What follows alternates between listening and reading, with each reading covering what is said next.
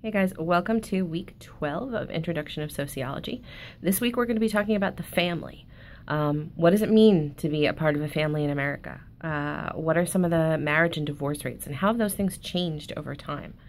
What are some attitudes about same-sex marriage and indeed abortion too? And how have those changed over time? What do they vary by? Those are some of the things that we're going to look at this week. So if you were in front of me, I would ask you to take a second, and if you want to, that would be great to do right now, and write down the names of the people who you consider in your family. Because what I'm trying to get you to do is work out what are the rules for whether somebody is a family member or not. So is it just by blood? No, right? Because there's probably a lot of people who you consider part of your family who you're not biologically related to. If we consider it just by blood, then somebody's spouse could not be a member of their family, and that's clearly not the case, right? So are there other rules? Is it people who you see often? Also probably not, right? Because there are probably people who you don't see that often who you consider members of your family, and vice versa. If you live with someone, you might have a roommate. Is that roommate part of your family? Maybe if you're super duper close, but that could also change over time too, right? The point that I'm trying to make here is that family is not a clear-cut definition, right?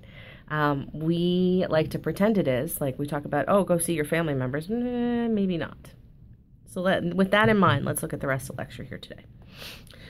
So is it purely biological? As we said, of course not. Is it purely social? No, undoubtedly there's a social element to it, right? Because you have to acknowledge somebody else to be part of your family, but it's not always social either, right? There are people who I would consider part of my family with whom I haven't spoken in even a year or two, not out of any sort of animosity, just we don't talk that often, right?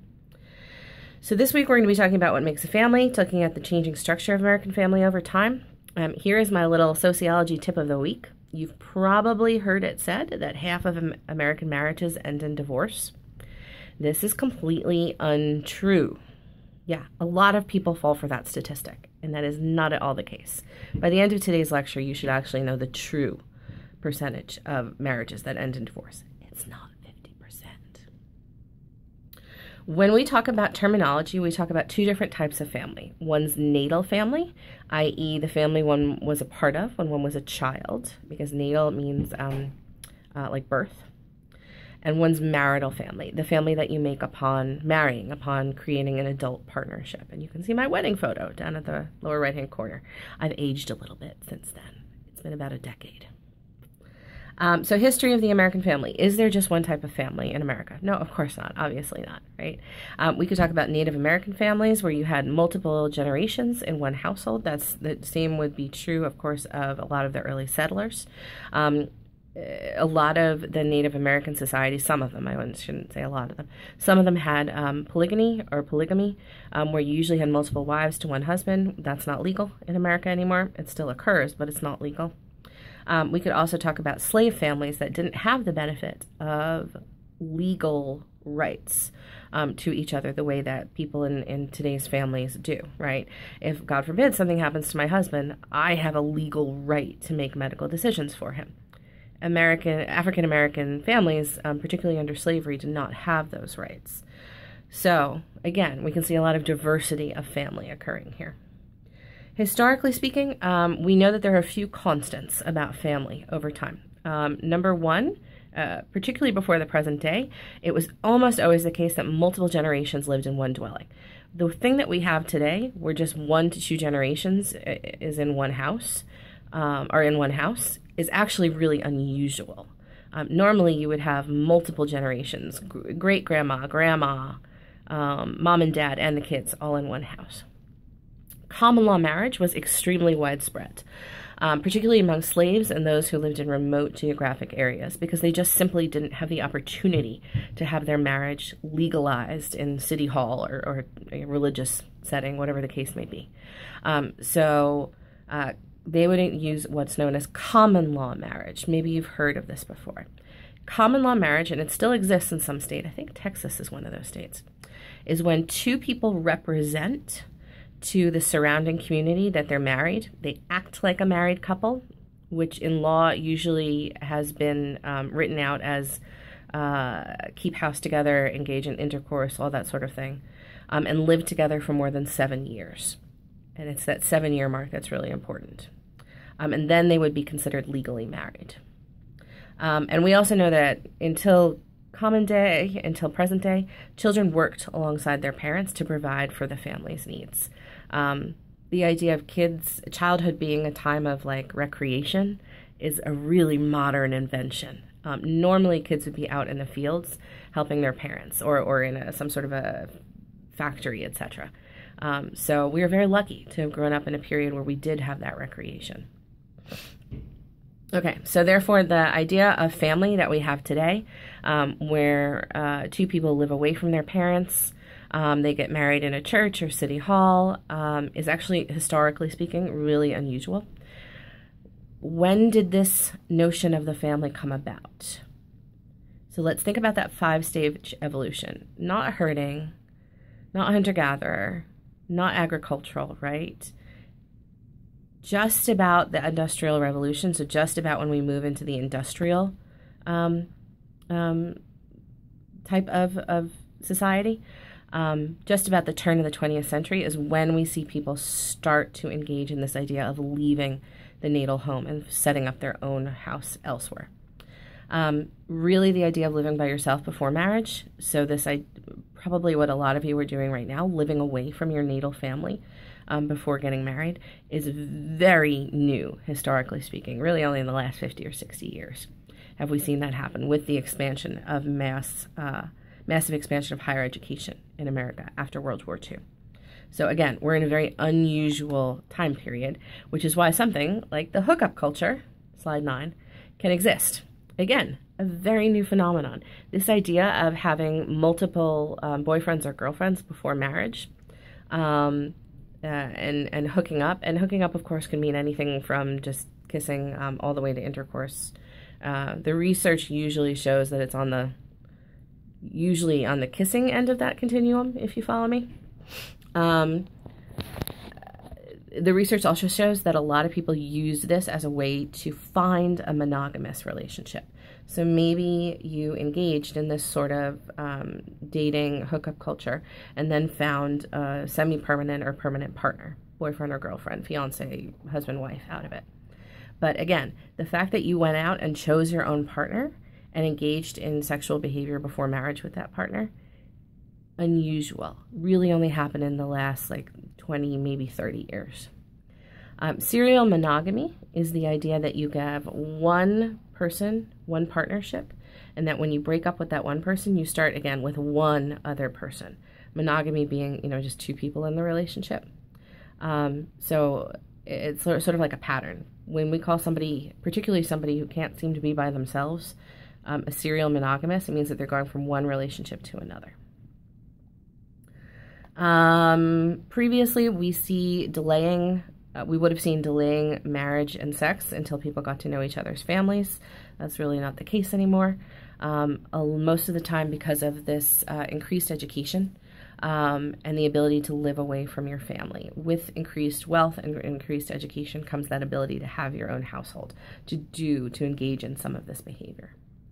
Oh, and of course, birth control, right? I really can't overstate the importance of reliable and safe birth control that really only happened in the 20th century to changing people's sexual behaviors during the 20th century. I think the birth control pill, is one of the most effective inventions, and by effective, I mean literally has an effect on people's behaviors in the 20th century.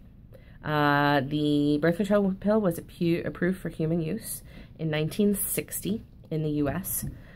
We immediately saw non-marital sex rates increase because, of course, you weren't worried about having a baby as much anymore. Until the 1980s, so the 1960s, 1970s, you've probably heard these referred to as the decades of free love. That's true, right? Because there were no STDs that couldn't be cured by some antibiotics. And the pill was around to stop pregnancy. So there really was little to no consequence to sex. It was only in the 1980s, with the recognition of AIDS and HIV, that people started to realize, like, oh, there could be some major consequences to having sex with a lot of partners. So we saw people's sexual rates, particularly number of partners, dip in the 1980s because of that. In America, more than 99% of women report using birth control at some point in their lives. So this is about as universal a condition as you can get for American women. At some point, they will have used some sort of birth control. Cohabitation. What is it? It's when two adults in a sexual relationship live together without being married, but perform all the actions of a married couple. We see this becoming increasingly common in information age societies like America, Europe, Canada. Many couples will cohabit before getting married to test for compatibility. In fact, the majority of couples do. Of the people who have gotten married over the last 30 years, more than 60% say that they cohabited to test for compatibility. Now, what is something that you've probably heard about cohabitation? You've probably heard, I'm on slide 13 now, that cohabitation leads to divorce, that people who cohabitate before marriage are more likely to be divorced upon marriage. Yes and no. This is one of those kind of misleading statistics. So let's get into it. Those who cohabit do indeed have higher divorce rates than those who don't cohabit. So does that mean that the cohabitation is causing the divorce? Probably not. There's probably what we call a confounding variable there, because we know that those who don't cohabit, which are a small proportion of people, are probably more traditional, right, than those who do. And probably it's the fact that they're more traditional that's stopping them from divorcing later on. So it doesn't mean that they necessarily have a better or worse marriage. It's just that we know that people who are traditional have traditional values, less likely to cohabit, less likely to divorce, right? Because there's a great social stigma to both of those things in traditional circles. So thus we would call this correlation, not causation. It's not the cohabitation that's causing the divorce, it's the type of people, right? Okay, so brings us to the big M, marriage. What is the function of marriage? In American society, it has multiple functions, right? Legally speaking, the function of marriage is to designate next of kin. As I mentioned before, for my husband, medically speaking, legally speaking, I am his next of kin, right? I inherit, I make decisions, and vice versa, of course. Some of the other functions of marriage are, of course, to provide a sexual partner and a lifelong companion, to provide a stable environment for raising children, and we're going to go into some of the research on that in a few minutes.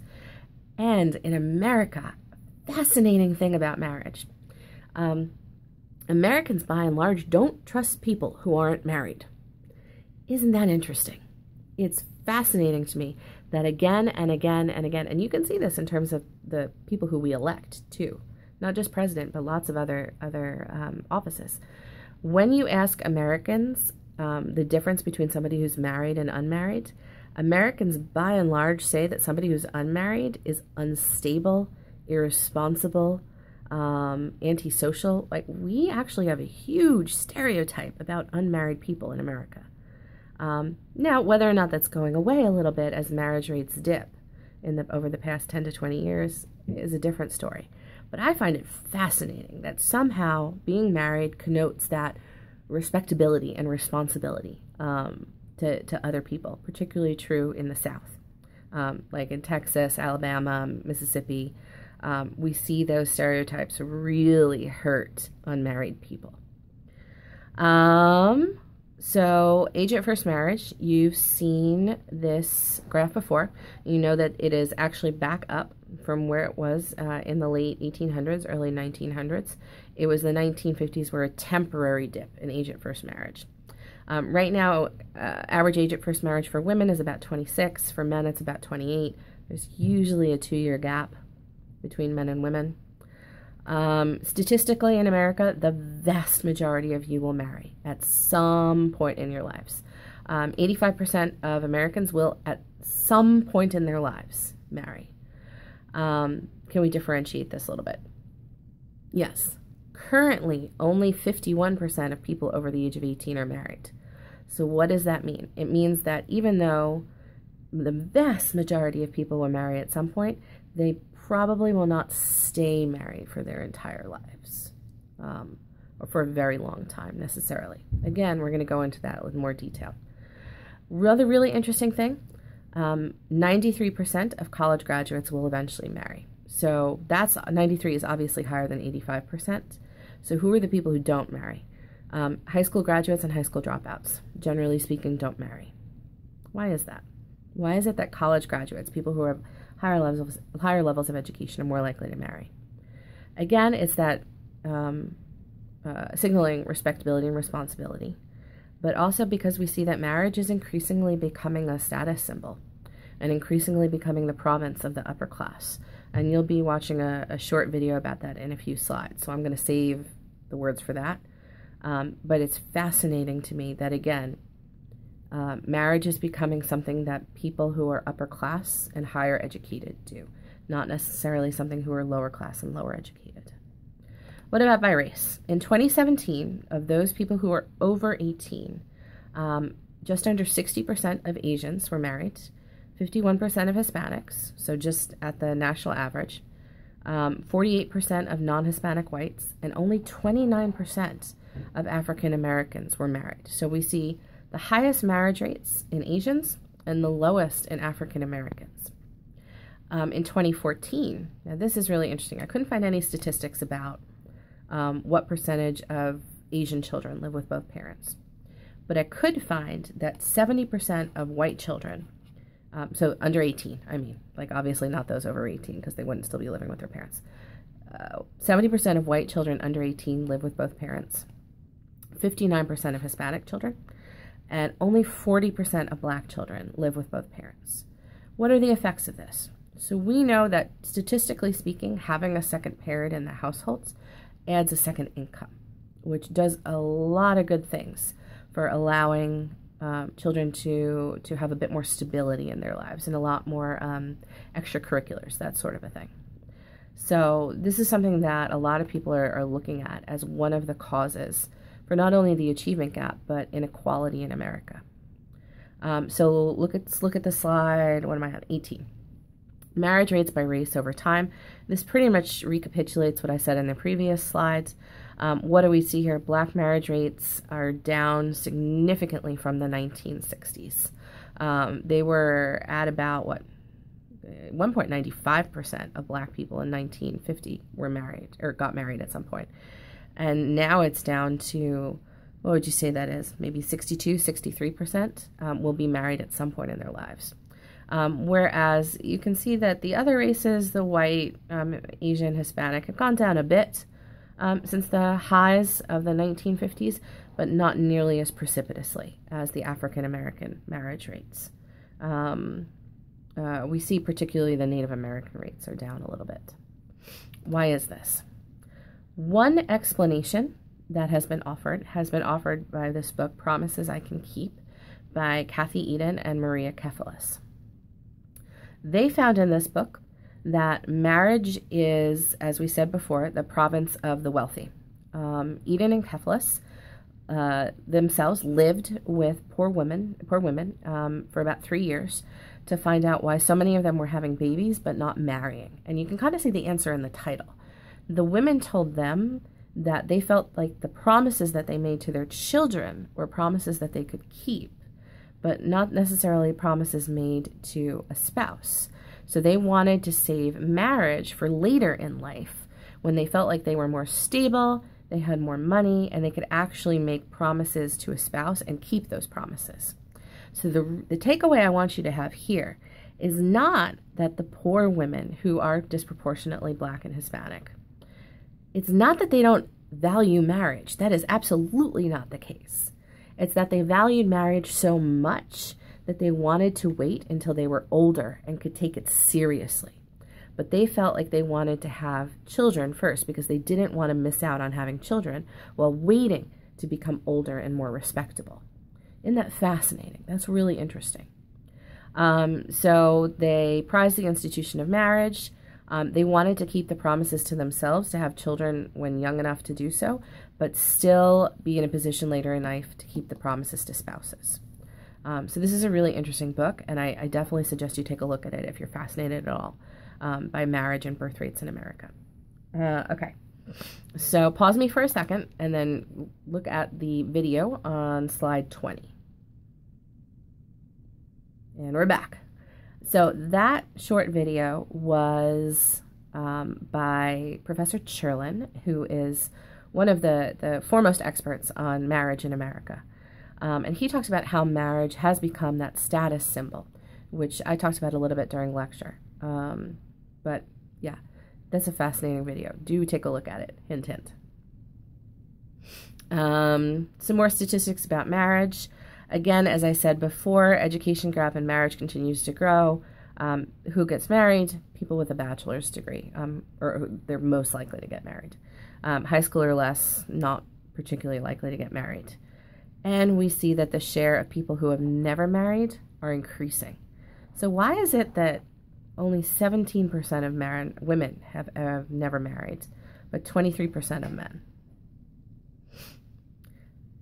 A lot of this is because women are more likely to, if they are divorced, have a second marriage.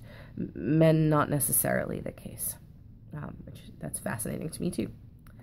Marriage and divorce rates in America. This is a slide that I really want you to look at because it shows how that 50% number is just not the case. You can see marriage rates in America are very high, right? They've gone down somewhat, down to even lower than when the Great Depression was occurring. But look at divorce rates. They spiked in the 1970s, but they've actually gone down since then. And that's why that 50% number doesn't actually make sense. First of all, the issue is that it talks about 50% of all marriages. And frankly speaking, if somebody divorces once, we know that they are statistically likely to divorce again. So the denominator that you should be looking at there is not necessarily all marriages, but first marriages, right? What percentage of first marriages end in divorce? Turns out it's actually closer to 40% of first marriages end in divorce. Some of the other things to think about, as we talked about before, race and class. A white or Asian person with a college degree, their divorce rates for their first marriage are actually pretty close to 30%. So again, a lot lower than that 50% number that everybody talks about. It's a very misleading statistic. Okay, so what do we know are the benefits of marriage? There are a lot of benefits to marriage for the people who engage in it. We know that people who are married, and you can argue about correlation versus causation here, certainly. People who are married have a longer life and better health during that life, particularly the case for men. Why is this? Frankly, because someone's telling you to eat your vegetables and go to the doctor. Okay, so I'm making a little bit of a joke there, but that's actually really important. To have somebody else around to engage in healthy behavior with is actually really important for your long-term health. We know that there's a much higher household income for raising kids than in single-parent households. There are legal benefits like taxes and inheritance. If my husband or I die, I don't pay taxes on the inheritance because we're considered a legal unit. We see that there is a significant improvement in metrics of mental health and happiness, particularly for men. American men, generally speaking, do very well in marriage. Their health, is both mental and physical, is a lot better than if they stay unmarried. And of course, things like being able to visit hospitals, making healthcare decisions, all these sort of things are benefits. So where do we see women get married? Where do we see people get married?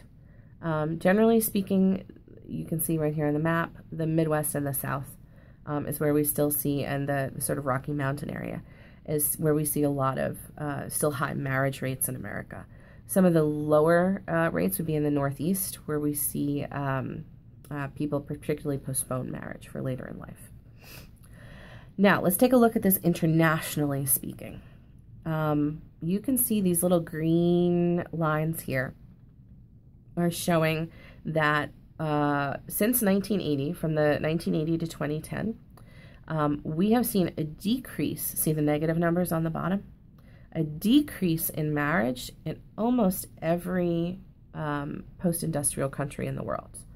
Ireland in particular, France, Greece, America, Chile, like go down the list. Some of the places where we've seen an increase in marriage have been in places like Vietnam, Indonesia, and Thailand. So Asian countries, right?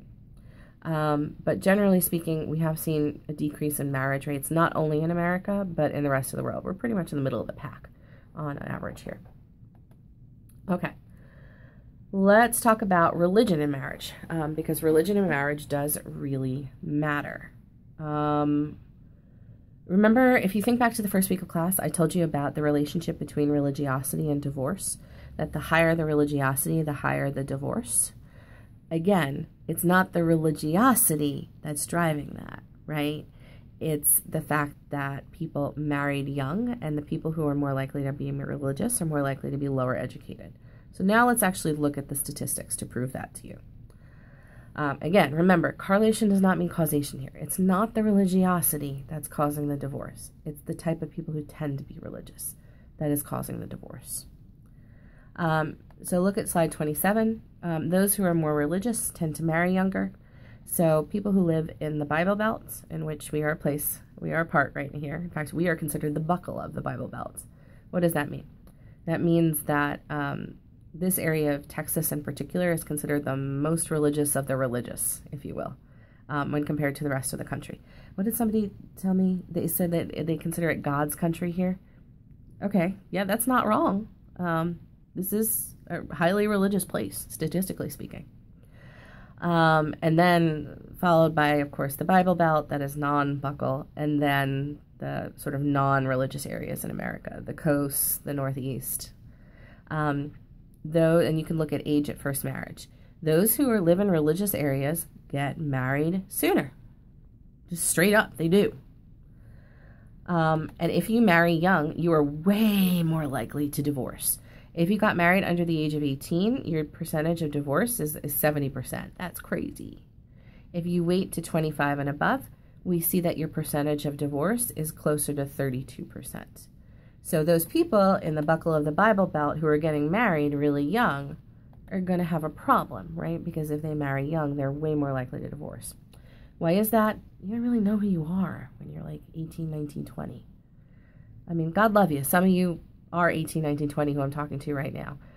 You're going to evolve and change in the next few years of your life. And who you are today may not be the person who gets married when you're like 25, 30. You know? Are you going to pick the same partner today as you would when you're 25 or 30? Probably not. We also know that those who have higher levels of religiosity report lower levels of education. And again, as we saw before, the higher education you have, not only more likely are you to marry, the less likely you are to divorce. Somebody with a master's or a professional degree has very low divorce rates, right? As opposed to somebody who was a high school dropout. Straight up. So that's why we see that people with higher levels of religiosity are more likely to divorce. Again, not because of the religiosity, because the other stuff that goes along with it. All right, I'm going to stop here and go to part 2 now.